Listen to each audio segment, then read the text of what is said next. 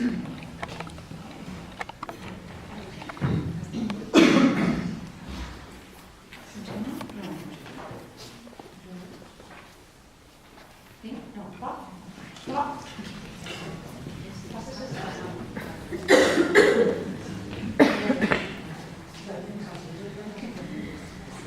bona vesprada a tots. Com bé ha dit Mari Carme, jo soc regidora del Partit Popular en la corporació municipal actual i ja està esgotant la legislatura. Agrairé a la plataforma que m'haig de convidar. A mi també m'ha agradat dir públicament que haguera vingut a parlar de tot això a una persona que ho gestiona dia a dia i que fa les lleis i que les executa, a més, una consellera, un secretari, però dins l'agenda no ha pogut ser. Jo m'haguera pogut quedar a casa i amagar el cap i dir, ja s'apanyaran els dependents, però no és aquest el cas. Jo estic ací per a lo bo i per a lo roïn, perquè soc regidora per a lo bo i per a lo roïn. Formo part d'un partit polític, hi ha coses que estic d'acord i coses que no estic d'acord. Però vaig intentar clarificar un poc la meva postura i sobretot què és i per a què serveix el cridat copagament. Primer que res, m'agradaria deixar clar que el grup municipal del que jo forme part, el 18 de desembre, en un plenari, va aprovar junt a la resta de la corporació, els 10 regidors, una moció sol·licitant la derogació del copagament a persones discapacitades i dependents, i m'agradaria llegir-ho. La sentència dictada pel Tribunal Superior de Justícia de la Comunitat Valenciana el passat 7 d'octubre respecte al decret 113/2013 de 2 d'agost del Consell, per qual s'establia el règim i les quanties dels preus públics a percebre en l'àmbit dels serveis socials. Anul·la els preus públics impostos per la Generalitat. Entre altres raonaments, el Tribunal considera que no són serveis als quals s'accedeix voluntàriament, sinó necessaris per desenvolupar les activitats de la vida diària de les persones amb discapacitat i, en conseqüència, formen part dels drets subjectius d'aquestes persones.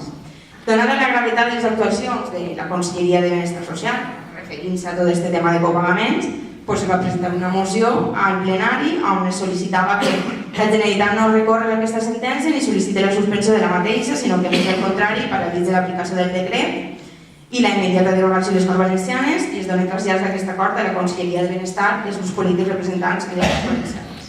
El ple, de forma unànime, acorda presentar aquesta moció i així es va fer.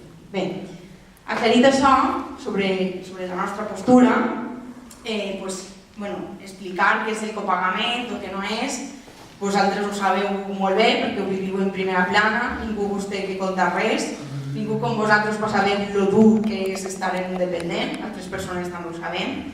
I respecte al copagament dic que és l'aportació que abonen totes les persones que són usuaris de servicis públics de caràcter essencial per contribuir al seu cost, el suport, la seva prestació i el manteniment i per a garantir la sostenibilitat dels mateixos. Sabem que els ciutadans aportem uns diners i en aquest cas per aquest servici també. Tots els ciutadans participem en la finançació de l'atenció a les persones que necessiten a través dels impostos. El conjunt de la ciutadania que no necessita aquests serveis aporta una part a través dels impostos que reverteix als centres en forma d'ajudes i de subvencions i els usuaris passen a aportar una tassa, que és el que ens ha dut fins ací, fins a aquesta taula redona, quan necessiten aquests serveis i es necessiten i es resideixen. Els servicis d'atenció a les persones dependents, lògicament, no és una exenció a aquesta norma. Dir que per què es té que pagar? L'obligació del pago deriva d'una llei.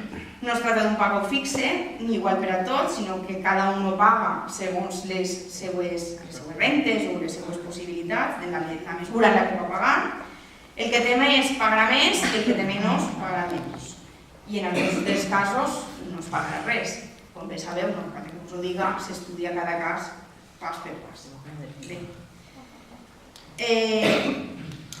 Un exemple és que les persones amb discapacitat, usuaris de centres d'atenció i els centres de rehabilitació i integració social, són uns 4.000 en la Comunitat Valenciana i estan exentes de pagar aquesta taxa.